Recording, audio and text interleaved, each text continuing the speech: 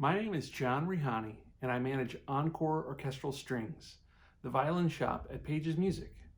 We're located in Indianapolis, Indiana, and serve customers all across the state. Today, we're going to discuss how to make sure your violin family instrument is in tune. We refer to this process as tuning the instrument. If you are relatively new to playing your instrument, let's say you're in your first or second year of playing as part of your school orchestra, you might not be comfortable with tuning your instrument, and that's okay. Your only experience with tuning thus far might be handing your instrument to your orchestra director or private lessons teacher and watching them tune it at what looks like the speed of light. I'm going to let you in on a little known secret. Music teachers are actually part magical beings. For 10 months of the year, they barely sleep and are fueled by caffeine and an invisible energy that radiates through the classroom when you don't rush eighth notes. Because that doesn't happen very often, it's mostly just the caffeine that keeps them going. Because we regular, non-music teacher humans don't have their power, we're going to tune our instrument much more slowly and gradually. Doing things slowly and gradually will give us the confidence to tackle this important task ourselves. In order to keep the length of this video reasonable, I'm going to focus on helping you get your instrument tuned when it's only slightly out of tune. Let's call this stage 1 tuning. Stage 1 is when we can use only our fine tuners or perhaps small movements of our tuning pegs to tune our instrument. When I differentiate between fine tuners and pegs, I'm referring to violin, viola, and cello. For the purposes of this video, all bass tuning will be accomplished by hand turning the tuning gears. I would call stage 2 tuning as when one or several strings are fully loosened due to a slipped peg. Stage 3 is when enough strings are totally loosened that the bridge and or sound post of your instrument has fallen over. For stage 2 and stage 3, seek the assistance of your teacher or your local music store. Also for this video, I'm going to assume you have access to either a computer or device with access to a tuning app or an electronic chromatic tuner. Now there are many great videos already available on tuning, and I encourage you to watch all of them during this journey learning to tune your instrument. Many of them have much better camera work, and a couple of them I watched were made in other countries and feature lovely people with beautiful accents. For this one, you're stuck with me. Before we get started, I want to offer some perspective. Many people treat tuning as something you do before you start making music, and it's some kind of sterile mechanical process. I'd encourage you to think of tuning as part of making music, and that every time you approach your instrument, you do so ready to make beautiful sounds. Ready? Step 1, wash your hands. I am making this video in March of 2020, so washing our hands thoroughly before picking up the instrument is important. Step 2, gather everything you need in a quiet room if available.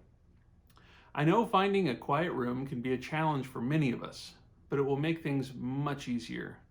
If a parent or a friend or a sibling is available to sit with you, even better. It's nice to have the support of someone who cares about us when we're trying something new. We need our instrument, our bow, and our tuner. And it can be helpful to set the tuner on a music stand or a table where the sound of your instrument has a clear, direct path to the microphone in the device. Now, as step 3 and beyond are instrument specific, I'm going to leave off here and I'll join you again in a minute. I'm back. In this segment, we're going to start step 3 with the violin and the viola. I'm grouping these two instruments together, not only because they share 3 strings, but the mechanics of using the fine tuners and the pegs are very similar. Before we start tuning, it's important that we know the notes of the strings. The proper note for each string is indicated not only by a note letter name, but also a number. Visualize a piano keyboard for a moment. If I ask you to play the note C and you play the C right in the middle of the keyboard, you'd be right. But you'd also be right if you played a C to the right or to the left of that one. In the same way, we need to know which G or which E we're shooting for. and that is what the number next to the letter tells you. When we get to the next segment of the video, I'll have a reference sheet visible on the music stand showing you the proper note names with both their letter and their number. You can pause the video at that point if you'd like to write them down for yourself as a reference. The next portion of the video will explain the tuner app I'm going to use, and then we'll dive into tuning.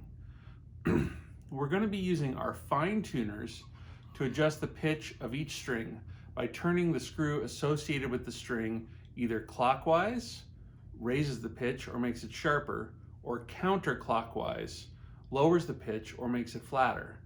Ideally, we'll only need to use the fine tuners to adjust the pitch of the string because they are the simplest way to tune our instrument.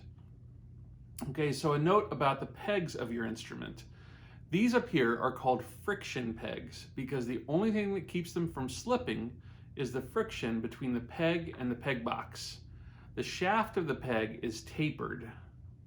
If the peg is slipping, it's important to not only turn it, but also to gently push it into the peg box, which will increase the tension of the contact between the peg and the peg box. It can be good to support the opposite side of the scroll with your other hand when tuning and turning and pushing in the peg. It can also be a good idea to turn the peg in the direction of lowering the string, turning it towards you if you are facing the front of the instrument, before you start turning it in the direction of raising the pitch and gently pushing it in, turning it away from you if you are facing the front of the instrument.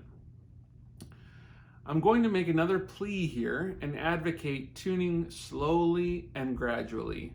Especially when using the pegs, it is important to turn the peg in very small increments, stopping to play the pitch after every change to make sure we don't go too far. Tuning the string too far above its intended pitch is how we usually break strings, which is something we should try to avoid. Let's get started. Okay, let's talk for a minute about the app I'm going to use for our tuning. This app is called Tonal Energy Tuner. Tonal Energy Tuner. This app is not free. It's reasonably priced, but I love to recommend it because it does have a lot of powerful tools, and I think it's one of the easier apps to use. Now, if you don't want to purchase this app, there are free tuning apps that will be able to be used in a very similar way. So don't worry if you don't want to buy the app.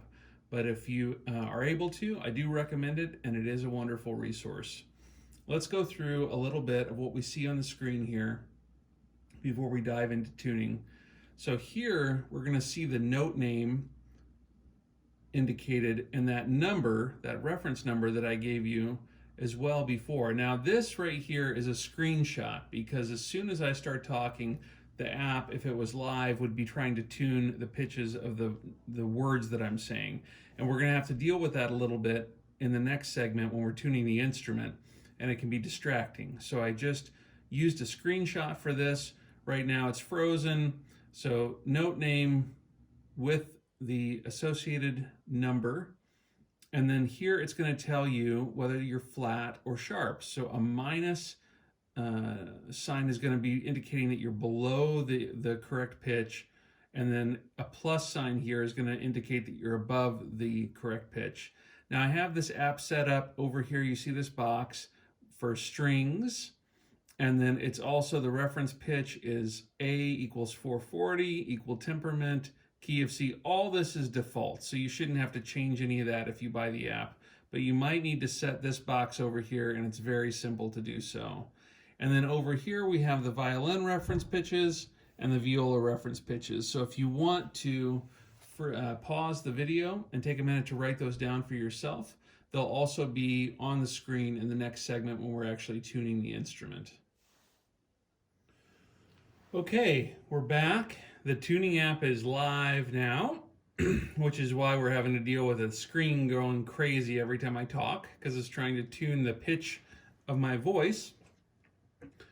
So grab your instrument and your bow and start with the top string, playing long, slow bows to see both what the pitch is and whether or not we're sharp or flat.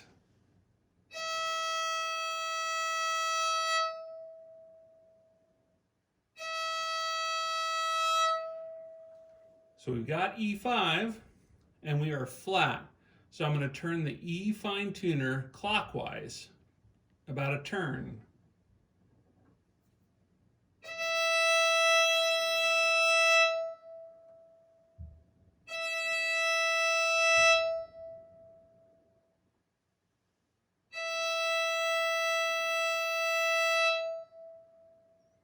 Okay, we see the big green smiley face. I think the E string is close enough for now. Let's move to the A.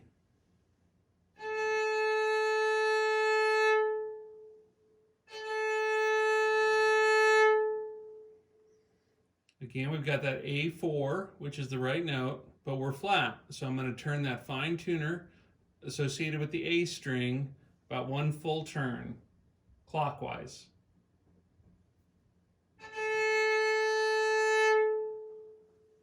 Better, but we need to keep going. Another turn.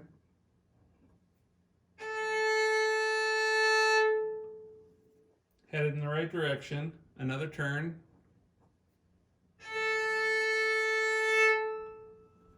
We're green, but we're still a little flat, so about another half turn. Okay, we're going to call that good for now. Let's move on to the D string. So D4 is the right note, but now we're sharp. So I need to turn that fine tuner associated with the D string counterclockwise about a turn.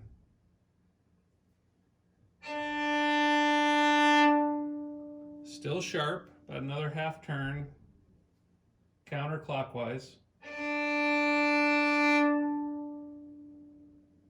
We're getting that big green smiley face. I think that's good enough for now. Let's move on to that bottom string, G.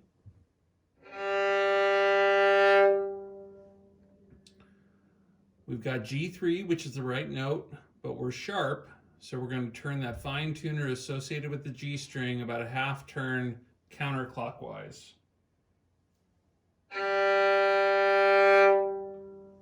We need a little bit more. Again, counterclockwise.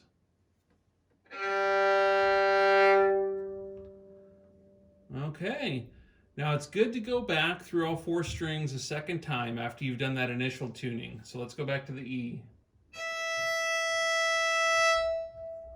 Little flat, just a half turn clockwise, quarter turn. Okay.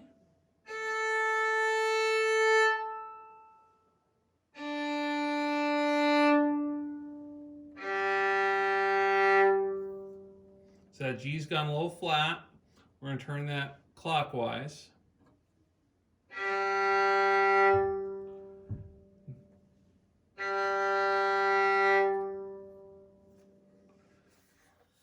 Okay, now we have a usable violin for practicing at home. Okay, let's wrap this up and go over a couple things that you probably noticed while we were tuning those instruments. One, it's important to draw long, slow, steady bows so that the tuning app has a chance to register the correct pitch. You saw how it kind of went all over crazy while I was talking in between playing those long notes. But as soon as I started playing the long, slow bow, it would fix on that pitch and we'd be able to tune. You also probably noticed that I never got it right perfect on 0, and that's okay.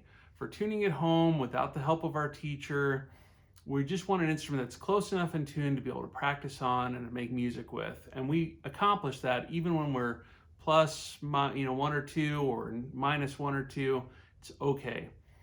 And then again, I want to stress that if you do need to use your pegs, make very small movements.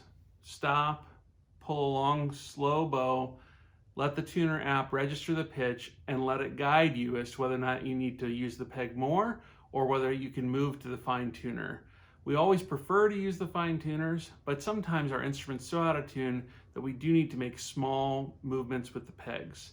And again, this is what I call that stage 1 tuning. Stage 2 and 3, when we have strings that are completely loose, seek the help of either your music teacher or your local music store in getting your instrument back in tune. Thanks for watching. Until next time.